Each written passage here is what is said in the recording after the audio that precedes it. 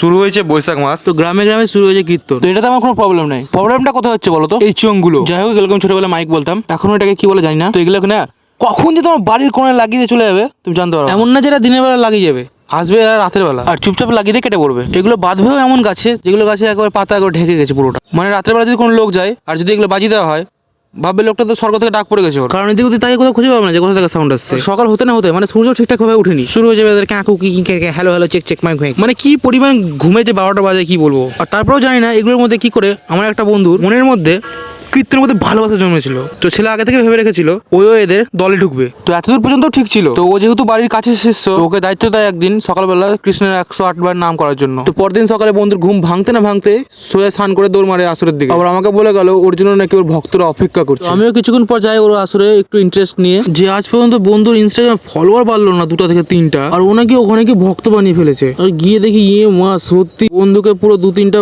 ভগবানের ফটো আছে তার পাশে বসে রেখে দিয়েছে, আর আশেপাশে অনেক লোক বসে আছে ওর কৃষ্ণ নাম শোনার জন্য। তো আমি যতক্ষণ গেছি ততক্ষণ নাকি বন্ধুর 50 বার নাম করা হয়ে গেছে। এরকম টানা যখন 60 থেকে 70 বার গেছে, দেখছি মালার চোখ দিয়ে জল বেড়াচ্ছে। যখন এই কথাটা পাশে বসে থাকা একটা লোককে বললাম, ও ভাই সব কটা মিলে আমাকে চুপ করিয়ে বলছে কি বন্ধু নাকি বলে কৃষ্ণ প্রেমে বিলীন হয়ে গেছে। আর আমি মনে মনে ভাবছি কাম সারছে যে বন্ধু আজ পর্যন্ত একটা গার্লফ্রেন্ড বানাতে পারলো না, আর ওর মধ্যে থেকে এত প্রেম কোন থেকে বাড়াচ্ছে। তো যাই হোক, কিছুক্ষণ পর দেখি ওর দেখা দেখি আশেপাশে সব ভক্তদের চোখ দিয়ে জল বেড়াচ্ছে। আর ওর ভক্তগুলো আমাকে বলছে ওগুলো বলে চোখের জল না, ওরা বলে অশ্রুধারা। মা আগে 70 থেকে 80 বার নাম করার পর দেখছি ছেলে কাঁদতে কাঁদতে দিল দৌড় বাড়ির দিকে। আর আমি ওখানে বসে বসে ভাবছি যা বন্ধুকে সত্যিকারের কৃষ্ণ দর্শন পেয়ে গেল নাকি। তো গেলাম আমার বাড়ির দিকে দেখতে কি হলো মালটা। তোর বাড়ি গিয়ে শুনছি ছেলে ঘুম থেকে উঠে সোজা দৌড় মেরেছিল আসরে।